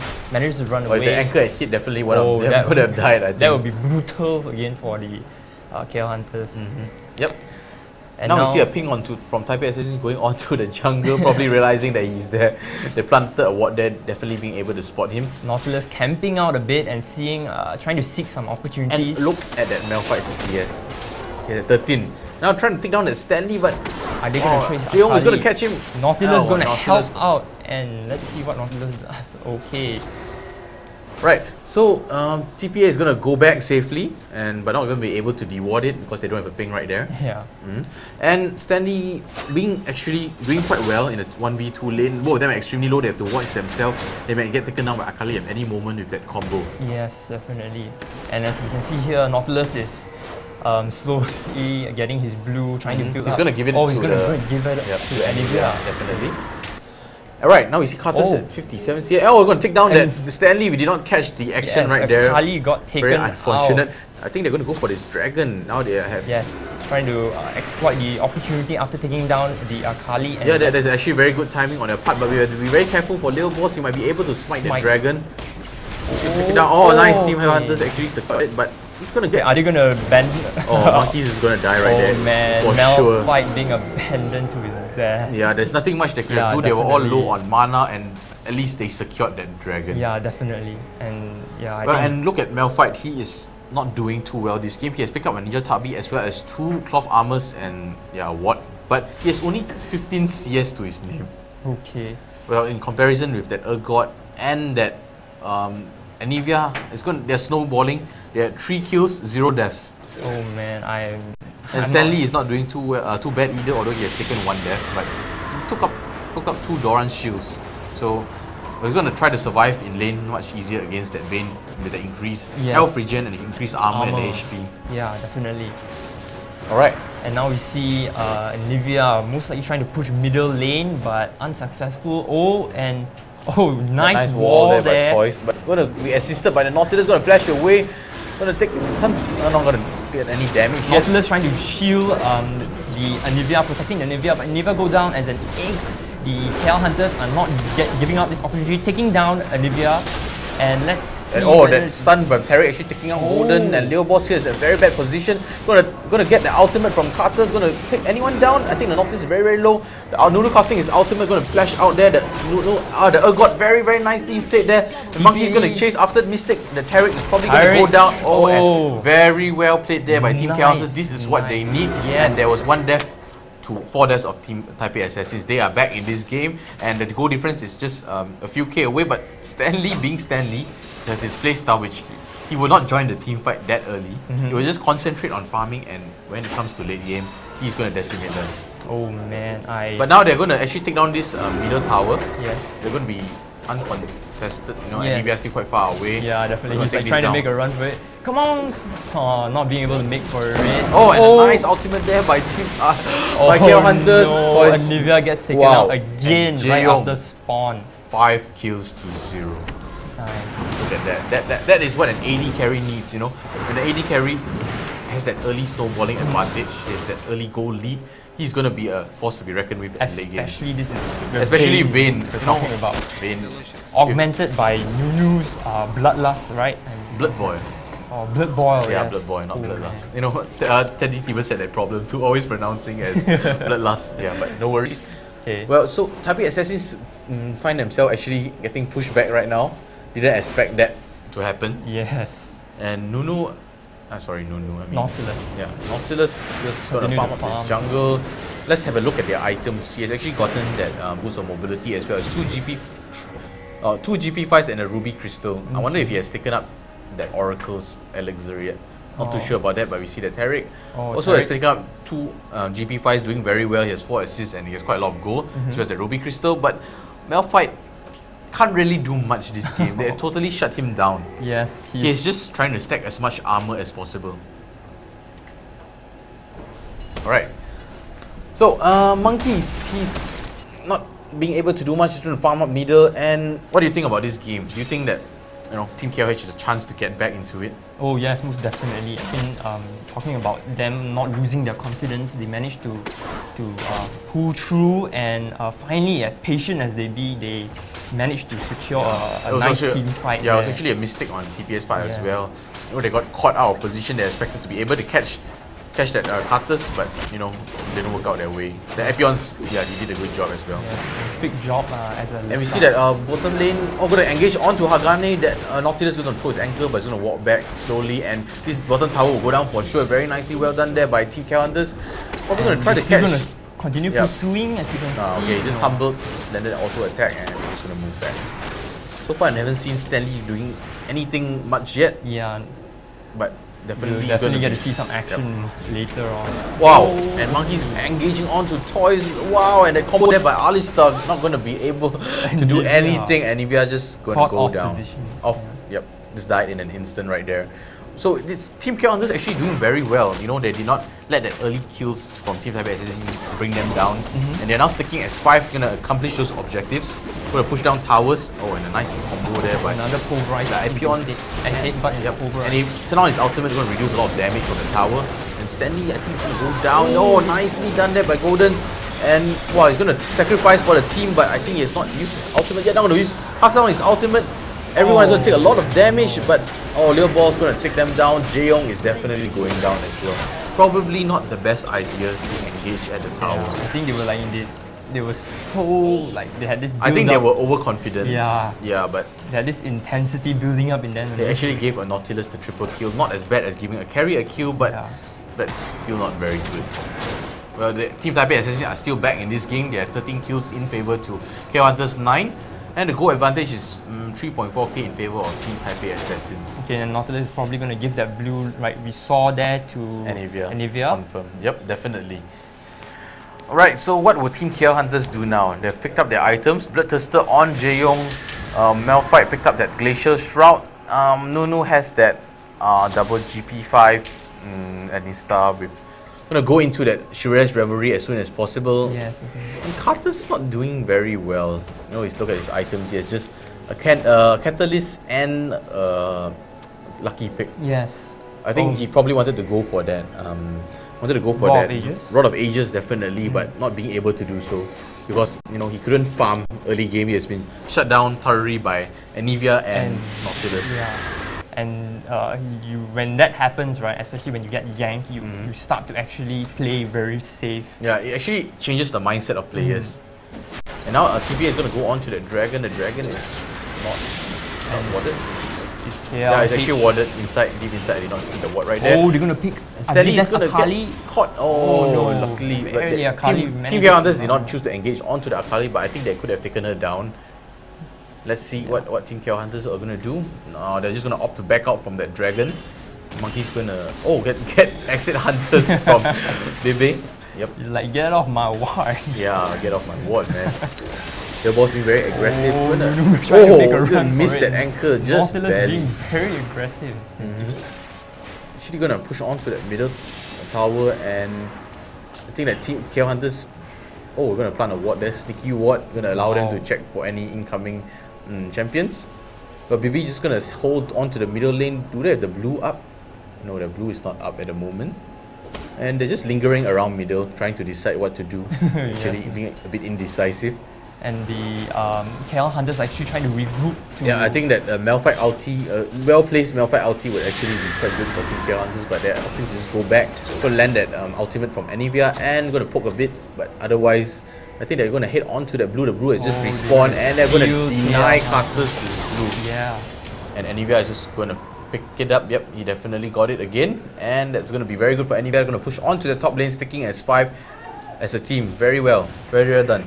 And I think Team KL Hunters should defend this tower. They have the capability to do so. But now they are actually going on to middle, going to go on to that middle tower instead. Well, what will TPA do? So will TPA continue to push on top lane, or will they go back and defend the middle second tower? Looks Looks like I think they are opting to actually push onto the tower. You know, they're going to go back actually. Going to leave that top tower pushed by Cripps, and Team KLH is going to secure this easy middle tower. Yeah, the TPA won't be able to reach it in time. Definitely not. And Monkey's just pushing the bottom lane. A solo Malphite right there. Not doing that much damage, but he really needs the CS, alright. Yeah, and Akali is coming for his blood, and he's going to opt to go back. Yeah.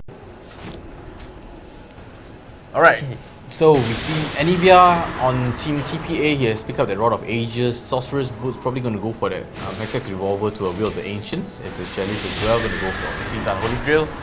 And Nautilus is quite fat as well. He has GP5s. He has that Aegis of the Legion, going to boost the team in terms of HP, in terms of attack damage and magic resist. That's excellent. Yep, excellent. Actually, I want to talk about the Athena's Unholy Grail, I believe. Athena's Unholy Grail. Athena's Unholy Grail. Yep. I mean, since it was implemented, I really like that item. I mean, it has been a great addition to the amount of the casters items. And, and definitely on Anivia, one of the most mana-hungry champions, that is an excellent item. Yes. Because Anivia relies a lot on blue, and when she doesn't have blue, she kind of falls behind other AP champions because she's not being able to spam the ulti as much as she can. Yeah. She loses that advantage because her ultimate is the game changer. You know, and champions take so much more damage when they are frosted, and they just take a lot of damage from that combo, that frost. What is it called? Sorry. Flash Frost. Flash Frost and Frostbite combo as well. And now we see the Baron being warded by Team Taipei Assassins. I think they're going to set up for this Baron. And they see a sneaky ward inside by Team KLH Hunters also not allowing them to actually do it. But we don't see an Oracles on Team Taipei Assassins yet. That is actually strange because Taipei Assassins always goes for that early Oracles, but actually has the Oracle. The Nautilus Sorry, has I did not realize that. Okay. Probably he missed that ward right there. Yeah, the one you can see. As Nautilus just passed by that Baron right over there. And they actually, Team KLH is going to opt for pushing that top lane. Yeah, while being very cautious as not knowing where. And I think the Carters might be caught out of position right here. See all of them actually grouping up, trying to catch him, but Carters making back. But they're actually going to push the middle lane as well, and Team KLH Hunters need to make a run for it. They need to go back. And they try to catch BB, but BB is going to flash away. They're going to go for him. Definitely, he's going to die. There's nothing that he can do about it. But in the meantime, Taipei Assassins are going to take down this middle tower from Team KLH Hunters. So a one kill from Team Taipei Assassins in exchange for the middle tower. I think that's quite worth it. And probably, they're not. And Wilbor's going to go inside, going to catch that Carters, but they're not going to be able to follow up.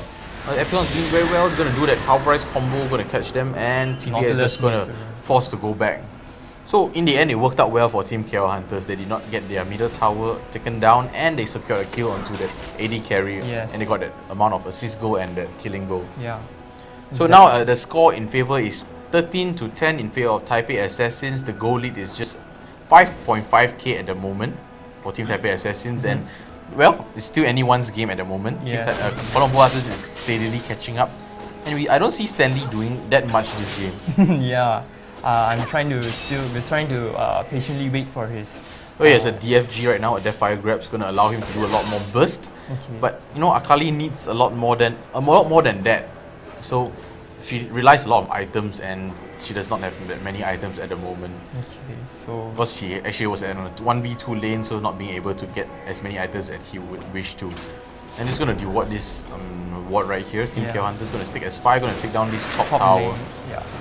And what would TPA do? They are just hovering around the top lane. Yeah, creeping up, alright, and not sure where are they right now. Bebe is just heading on to Baron, probably gonna get caught right here. No, definitely spotted them with that ward. And they're gonna try to deward it. Bebe gonna poke them with those SC Hunters doing so much damage. Hagan is down to... is Malphite gonna get? Engage is gonna go down onto Monkeys. Monkeys is gonna catch Stanley with his ultimate, not gonna do any damage. Monkeys goes down, and Malphite, the Carters goes down as well, but he's gonna unleash his ultimate. He's gonna try to catch Jaeyoung, and Jaeyoung is gonna flash away. Stanley gonna take a lot of damage, but not gonna go down. And very well played there by Team Taipei Assassins. Epion's, I think, is gonna go down for sure as well. Yep. Bebe is going to secure his killing spree, and wow, that was a 1-for-4 in favor of Team Taipei Assassins. And this was the same mistake that Team KLH Hunters, the Team Taipei Assassins did earlier, and they responded in good fashion. They're actually going to take down this middle tower and they're just going to take down this inhibitor unless Jeong can do something about it. But now we see that Malphite has respawned and Nunu and Karthus has respawned as well. They're just going to back off now. They're being very cautious. Yes. And they just lost a tower that is not as bad as could have been. Yeah. But I don't think they would actually go on to Baron right now. They're actually quite low. And will they? Well, maybe I spoke too soon. They but I think at least they stole the KL Hunters blue right there. Karthus not they're going to go back right now. There's a wise choice to make because, well, they're low at this point. They're low on mana. They're low on HP. They should actually go back and come up with items in order to confirm to secure that Baron advantage. Because if you go into Baron without mana and without HP, you're just going to lose the team fight and you're just going to allow your opponents to take that Baron. Yeah, just steal that Baron from your... And KL Hunters is going to take this easy, uncontested dragon. Nothing much TPA can do about it. Okay. So the goal lead now is still about 5.4k, sorry, 6.4k in favor of Team Taipei Assassins. And both of them has actually taken down 4 towers each, as you can see on the board right there, on the scoreboard. Well, so good job to Team KL Hunters. They are being able to hold on in this game for quite a while. But Stanley really not being able to do much in this game. He just went in with his ultimate a while, hit a few times, and he just got taken down. Yeah, I realized, but he's a very good, in such a way that he's a very good sort of bait, because I can see KL Hunters, the moment they see him, yeah, they see because Akali, Stanley is a very feared top laner, so they have that mentality to instantly focus him, although he has not many items in comparison to Urgot and Anivia. But look at Anivia, he's tanky. He has a lot of AP and has the Unholy Grail. And that Urgot has Bloodthirster, Mana Moon, Kindle Gem, and a Hex Beater. He is so fat right now. He's not being able to easily taken down, and he has a lot of damage. And right now it's... and see everyone's actually engaging, gonna open an ultimate. Oh, he's going very, very low, and he's gonna go into the egg form probably. Yeah, he's gonna go into the egg. He's gonna take a lot of damage from that AoE defile from Karthus, but he's gonna go taken down really easily, and Malphite and Karthus gonna get obliterated in that split second. Epion's gonna go down as well, and this worked out well for Team Taipei Assassins. Is a 3 for 4 trade. And there was actually, now Hagane is still surviving, but he's just a support. There's nothing he can do to stop this inhibitor from going down. And well, that was good. I thought that Team KL Hunters could have actually killed them. They're taking a lot of damage from the Karthus defile. But no, Team Taipei Assassins, they pull through. Yeah, and their team fights and their synergy is, I would say, it is superior to Team KL Hunters in that fight. So yeah, definitely well done to Team Taipei Assassins. And actually, right, if you while you were casting over that, I actually I was actually focusing on Akali right there, and she was actually getting some action there. She actually focused down Vayne, instantly burst, and then because she has that DFG, just gonna be able to ultimate and teleport onto that Vayne's face, and gonna use that combo with her first skill, gonna throw a Karma, and the next hit will do a lot more damage, as well as that Fire Grab's gonna lower down someone instantly. So yeah, Stanley doing a good job. He's going to go for that stack gunblade, I think. And he has also picked up a needlessly large shot. He's going to get some items. It's going to be quite really painful now. He has 12 assists, although he has just 2 kills. Vayne is going to be extra cautious about Akali now. Yep, but Vayne is not doing too bad. He is 726. He picked up that Phantom Dancer and he's going for definitely going for that Infinity Edge before going to the Last Whisper. And Golden is not doing too well this game, although he keeps getting focused down, but he is managing to do a lot of damage. Team Taipei Assassins is going to go on to this Baron. Team KL Hunters know there's something up there and they are going to go try to stop it. But I think they do not have a ward onto Baron, so the Anivia is going to stop them with that ward. There's nothing they can do about it.